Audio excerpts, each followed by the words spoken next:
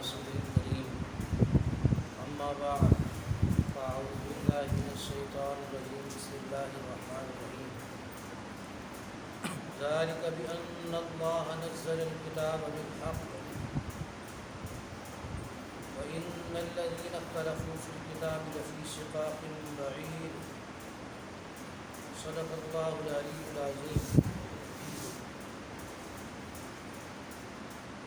تحریمات لغیر اللہ کا رد کیا گیا اور نیازات لغیر اللہ کا رد کیا گیا۔ یہ جو اس آیت سے پہلے آیات ہیں اور پھر اس کا آخر پہ خلاصہ نکالا گیا عذاب کے اعتبار سے کہ جب انہیں عذاب دیا جائے گا تو فرمایا کہ ذالک بأن اللہ، یہ اس وجہ سے کہ اللہ تبارک و تعالی نے نزل الکتاب بالحق، اللہ پاک نے حق کے ساتھ کتاب بھیجی ہے، حق والی کتاب بھیجی ہے۔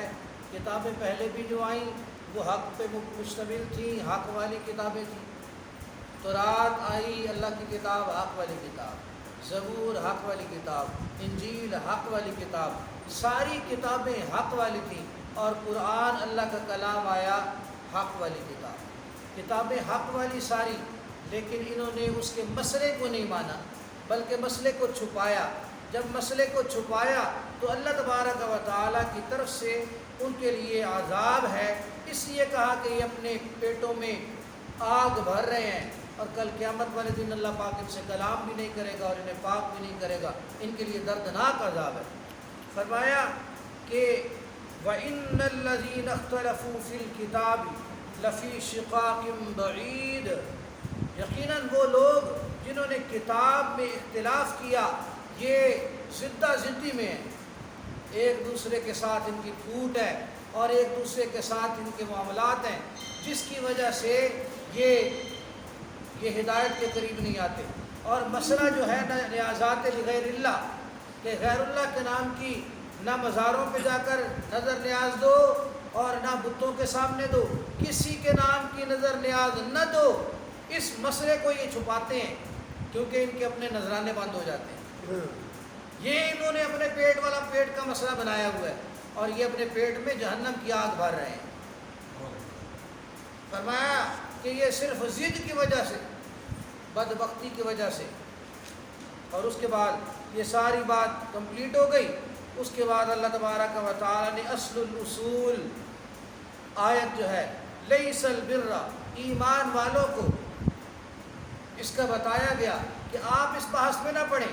یہودیوں نے تو اس کو کہ جی قبلہ تبدیل ہو گیا، جی قبلہ تبدیل ہو گیا، یہ بحث بڑی اچھالی انہوں نے اور پروپیگنڈا کرنا شروع کر دیا۔ تو جو اصل الاصول ہے، اصولوں میں سے اصل ہے، یہ آیت اللہ تبارک و تعالیٰ نے ارشاد فرمائی، اللہ پاک نے ارشاد فرمایا کہ یہ نیکی نہیں ہے کہ رخ کس طرف ہونا چاہیے، یعنی نیکیوں میں سے کوئی صرف یہی نیکی نہیں رہ گئی۔ دیکھیں یہ نیکی کس وجہ سے ہے، نماز ہم پڑھتے ہیں تو رخ کرتے ہیں، اگر نماز ہی نہ ہوتی تو رخ نہ ہوتا، اگر نماز نہ ہوتی تو رخ بھی نہ ہوتا، قبلہ کعبہ بھی نہ ہوتا۔ تو گویا کہ اصل چیز نماز ہے، اور اس سے بھی اصل چیز اللہ کا حکم ہے، اللہ کا حکم ہے اصل۔ تو اللہ تبارک و تعالیٰ نے اس آیت میں بہت سارے عقائد کی طرف اور اعمال کی طرف اللہ تبارک و تعالیٰ نے ارشاد فرمایا لیس البر ان تولوا وجوہکم قبل المشرق والمغرب، فرمایا نیکی صرف اس چیز کا نام نہیں ہے کہ تم اپنا چہرہ مشرق کی طرف پھیر لو یا مغرب کی طرف پھیر لو، نیکی اس میں صرف بند نہیں ہے۔ مشرق کی طرف پھیرنا ہے رخ تو اللہ کے حکم سے، مغرب کی طرف کرنا ہے رخ تو اللہ کے حکم سے۔ ہم یہ جو ممالک نا پاکستان ہو گیا، انڈیا ہو گیا، یہ جو ممالک ہیں تو ان کا عمومی طور پہ قبلہ جو ہے نا مغرب کی سائڈ پہ بنتا ہے، اور دوسرے جو ممالک ہیں اس طرف والے ان کا قبلہ وہ مشرق کی طرف بنتا ہے، اور مدینہ طیبہ والوں کا قبلہ جو ہے بیت اللہ یہ جنوب کی سائڈ پہ بنتا ہے۔ تو اس لیے یہ جس طرف بھی کوئی رہ رہا ہے اس لحاظ سے اس لیے مشرق مغرب کہا گیا یہ نہیں ہے، یا بیت المقدس مدینہ طیبہ سے شمال کی جانب پہ تھا اور کعبہ بیت اللہ جنوب کی جانب پہ تھا. تو حکم جب دیا گیا فرمایا یہ نہ سمجھو کہ نیکی اسی میں ہے، نہیں، بلکہ اصل کیا ہے؟ اصل اللہ کا حکم ہے. تم لڑائی کر رہے ہو اس پہ کہ اس قبلے کو کیوں چھوڑ دیا، اس قبلے کو کیوں اپنا لیا، تو اصل کیا ہے؟ اصل اللہ کا حکم ہے. اس لیے فرمایا وَلَٰكِنَّ الْبِرَّ، لیکن نیکی اصل یہ ہے من آمن باللہ، جو اللہ تبارک و تعالیٰ پہ ایمان لایا، والیوم الآخر، اور آخرت پہ یقین رکھتا ہے، آخرت پہ اس کا ایمان ہے، آخرت کے دن پہ، والملائکہ فرشتوں پہ، والکتاب کتابوں پہ، والنبیین اللہ کے نبیوں پہ، اللہ تبارک و تعالیٰ کی صفات پہ یقین رکھتا ہے، شرک نہیں کرتا، اللہ پہ ایمان ہے. صرف اللہ اللہ کہنے سے اللہ پہ ایمان نہیں آتا. اللہ اللہ تو مشرکین مکہ بھی کہتے تھے. قرآن نے جگہ جگہ ذکر کی ہے فَسَيَقُولُونَ اللَّهُ، ان سے پوچھئے من خلق السماوات، آسمان کس نے پیدا کیے، زمین کس نے پیدا کی، تو یہ کہتے ہیں فَسَيَقُولُونَ اللَّهُ. اللہ کا نام تو لیتے تھے وہ، لیکن اللہ تبارک و تعالیٰ کی صفات میں شرک کرتے تھے. اللہ پہ ایمان کا مطلب یہ ہے کہ اللہ تبارک و تعالیٰ کی صفات کو مانا جائے، شرک نہ کیا جائے. اور آخرت کے دن پہ یقین، تو مشرکین جو تھے وہ بہت سارے آخرت پہ یقین نہیں رکھتے تھے. جو رکھتے بھی تھے یقین، وہ کہتے تھے کہ ہمارے جو بزرگ ہیں جن کے نام کی ہم نیازات دیتے ہیں وہ ہمیں چھڑا لیں گے، ہم ان کے نام کی نیاز دے رہے ہیں. آج ایک ویڈیو کلپ جو ہے نا میں نے دیکھا، لوگ جو ہے نا سبز پگڑیاں باندھے ہوئے ہیں کچھ لوگ، اور وہ گئے ہوئے ہیں حضرت شیخ عبد القادر جیلانی رحمۃ اللہ تعالیٰ علیہ کے مزار پہ گئے ہوئے ہیں، وہاں حاضری دے رہے ہیں جا کے اور اس کو، اور پھر وہاں پر جو ہے نا جیسے جالیوں کو چمٹ کر اور اس کو چمٹ کر وہ گڑ گڑا رہے ہیں کہ ایسے لگ رہا ہے کہ جیسے کعبہ کے ساتھ چمٹ کے دعائیں کر رہے ہیں. ایک بزرگ اللہ کے ولی ہیں اور پکے عقیدہ توحید والے ہیں، اللہ کے ولی گزر گئے. اب انہوں نے یہ عقیدہ بنا لیا کہ سب کچھ ہمیں یہ دیں گے، بزرگ جو ہے یہ دیں گے، اور یہ کہہ رہے ہیں وہاں کہہ رہے ہیں کہ بھر دو جھولی شیئن للہ، اللہ کے لیے ہمیں کچھ دے دو، ہمیں نا امید واپس مت بھیجنا. ایسے اشعار پڑھ کے اور ایسی دعائیں مانگ کے وہاں پہ ایسے لگ رہا ہے جیسے بیت اللہ کے ساتھ چمٹ کے اللہ سے مانگ رہے ہیں.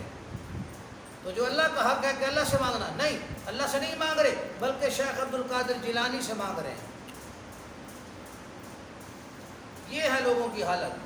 تو یہ عقیدہ بنا رکھا ہے کہ اگر ہم پھنس بھی گئے نا تو اللہ کے بزرگ ہمیں چھڑا لیں گے.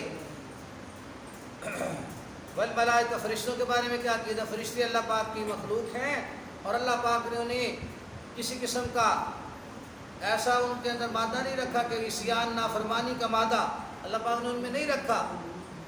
لا یعصون اللہ ما امرہم، جو انہیں حکم دیا جاتا ہے وہ اس کی نافرمانی نہیں کرتے.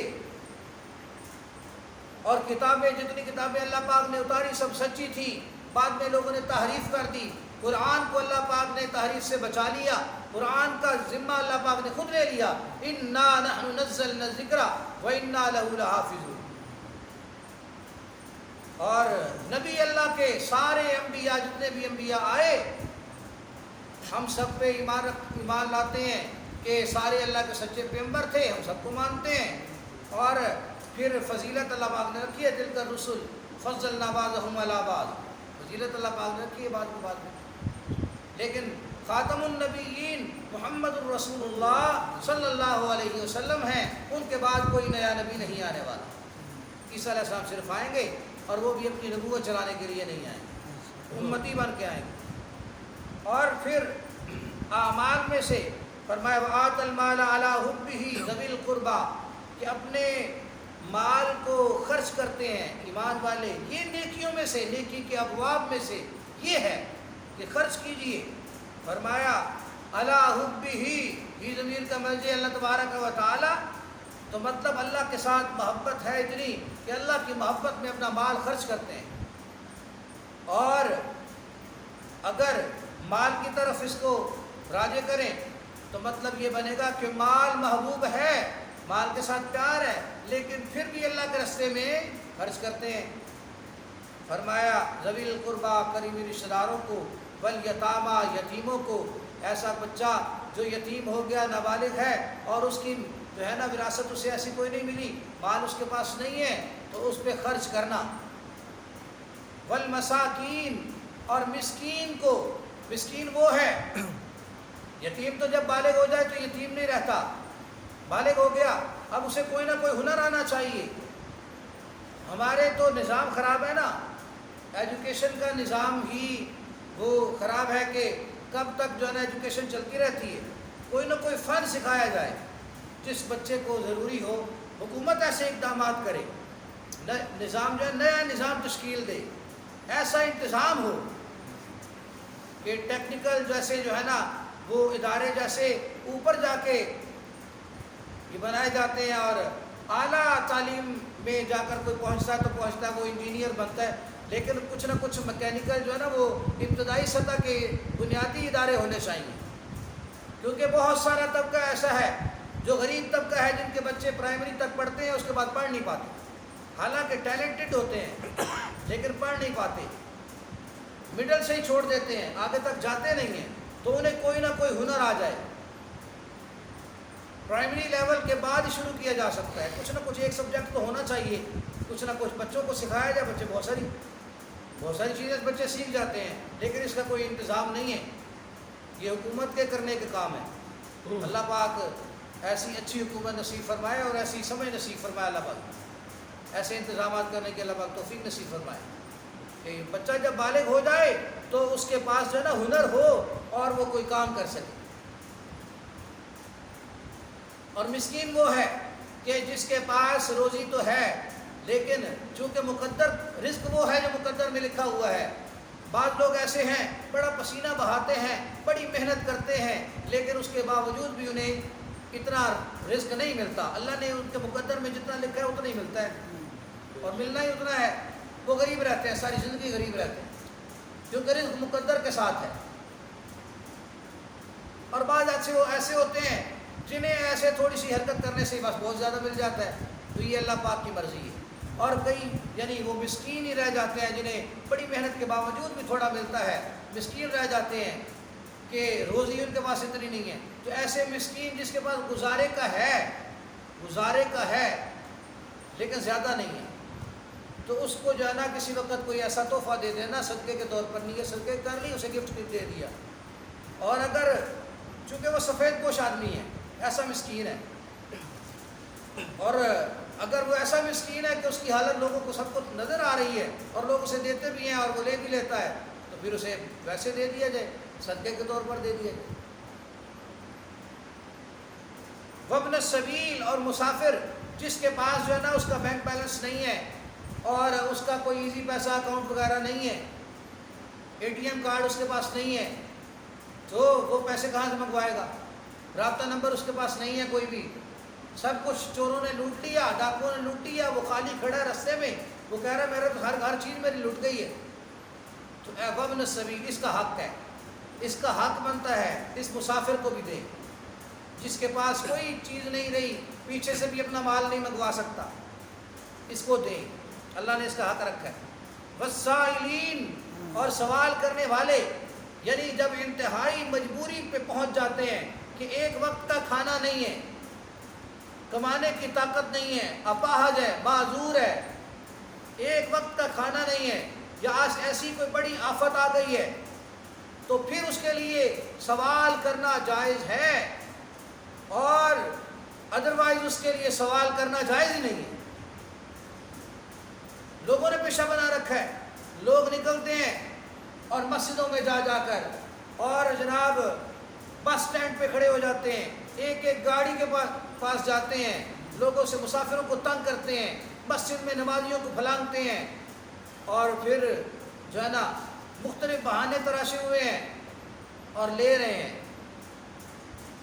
اور یہ ایسے مانگنے والے ایسے بھی ہیں جنہوں نے شہروں میں اپنی جگہ فکس کی ہوئی ہیں اور وہ اڈے بنے ہوئے ہیں کہ یہاں جو ہے نا 8 گھنٹے ایک کی ڈیوٹی ہے، پھر 8 گھنٹے دوسرے بندے کی ڈیوٹی ہے. یہ بڑا جو ہے نا ایک بڑی چین ہے، مافیا ہے. اللہ تبارک و تعالی محفوظ فرمائے. فرمایا جو بندہ ایسے بلا ضرورت سوال کرتا ہے، گداگری کرتا ہے، کسی کے سامنے ہاتھ پھیلاتا ہے، اللہ تبارک و تعالی فقر کے دروازے اس پہ کھول دیتے ہیں اور پھر اس دروازے کو بند نہیں کرتے. پھر وہ لوگوں کا محتاج ہو جاتا ہے اور کل قیامت والے دن اس کے چہرے پہ گوشت نہیں ہوگا. تو بلا ضرورت شدیدہ کسی سے سوال کرنا کہ میں مجبور ہوں، لاچار ہوں، بے کس ہوں، بے سہارا ہوں، میری مدد کریے، یہ جائز نہیں ہے. جب انتہائی مجبور ہو تو پھر جو ہے نا اس کی گنجائش دی ہے شریعت نے. پھر کہا گیا والسائلین، پھر سائلین کو بھی دیں، سوال کرنے والوں کو. وفر رقاب، اور جو قیدی ہیں ان کو چھڑانے کے لیے بھی. مسلمان جب قیدی ہو گئے تو کفار کی قید میں چلے گئے ہیں، ان کو بھی چھڑائیے. وَأَقَامَ الصَّلَاةَ، اور نماز کا قائم کرنا، فرمایا یہ نیکی ہے. وَآتَ الزَّکَاةَ، یہ نماز بھی قائم کرتے ہیں، زکوٰۃ بھی دیتے ہیں اللہ کے رستے میں. یہ لوگ ہیں، یہ نیکی کا کام کرنے والے ہیں. وَالْمُوفُونَ بِعَهْدِهِمْ إِذَا عَاهَدُوا، اور اپنے وعدہ کو وفا کرتے ہیں. وعدہ وفا کرنے کے خوگر ہیں. جب بھی یہ وعدہ کرے کسی کے ساتھ تو وعدہ وفا کرتے ہیں. جو وعدہ اللہ کے ساتھ کیا ہوا ہے، عہد الس جو اللہ کے ساتھ وعدہ کیا، اس کو بھی جانتے ہیں، سمجھتے ہیں اور اللہ کی نافرمانی نہیں کرتے. اور جب کسی مسلمان کے ساتھ یا کسی معاملے میں کسی کے ساتھ جب وعدہ کر بیٹھے تو پھر اسے نبھاتے ہیں جب تک کہ جائز ہو. اگر ناجائز کام کا وعدہ کیا تو پھر پورا کرنا ضروری نہیں. والصابرین فی البأساء والضراء وحین البأس، اور تنگی کے وقت، تکلیف کے وقت، تنگی تکلیف بیماری اور لڑائی کے وقت یہ ڈٹ جانے والے ہیں، صبر کرنے والے، ڈٹ جانے والے. تنگی تکلیف ہے، پریشانی بیماری ہے تو یہ صبر کرتے ہیں، دشمن کے مقابلے میں یہ ڈٹ جاتے ہیں. اولئک الذین صدقوا، یہ وہ لوگ ہیں جو سچے ہیں. واولئک هم المتقون، اور یہ وہ لوگ ہیں جو کہ اللہ تبارک و تعالی سے ڈر ڈر کے زندگی بسر کرنے والے ہیں. یہ متقی لوگ ہیں، پرہیزگار لوگ ہیں. تو یہ وہ آیت ہے، بڑی جامع آیت ہے، اور آیت نمبر 177 ہے. یہ بڑی جامع آیت ہے کہ اس میں تمام جو شعبات ہیں بڑے بڑے اسلام کے، ان کا ذکر جو ہے اس آیت کے اندر کر دیا گیا ہے. اللہ تبارک و تعالی ہمیں اسی طرح سے تمام معاملات میں، عقائد میں، اعمال میں، تمام عبادات میں، معاملات میں، معاشرت میں، تمام پہلوؤں سے اللہ تبارک و تعالی ہمیں کامل کر دیں. کیونکہ لا حول ولا قوت الا باللہ العلی العظیم، نیکی کرنے کی طاقت، گناہوں سے بچنے کی طاقت سوائے اللہ کی طاقت کے نہیں ہے. اللہ کی طاقت آتی ہے تو بندہ کچھ کرتا ہے، اگر اللہ کی طاقت نہ ہو تو بندہ کچھ نہیں کر سکتا. اللہم وفقنا لما تحب وترضى، یہ دعا مانگتے رہنا چاہیے کہ اے اللہ جو اعمال تجھے محبوب ہیں ہمیں وہ اعمال بجا لانے کی توفیق نصیب فرما. جن اعمال پہ تو راضی ہے ان اعمال کو بجا لانے کی ہمیں توفیق نصیب فرما. اللہ تبارک و تعالی ہمارا حامی و ناصر ہو، اور اللہ تبارک و تعالی ہمیں فلاح و کامرانی نصیب فرمائے. وآخر دعوانا الحمدللہ رب العالمین.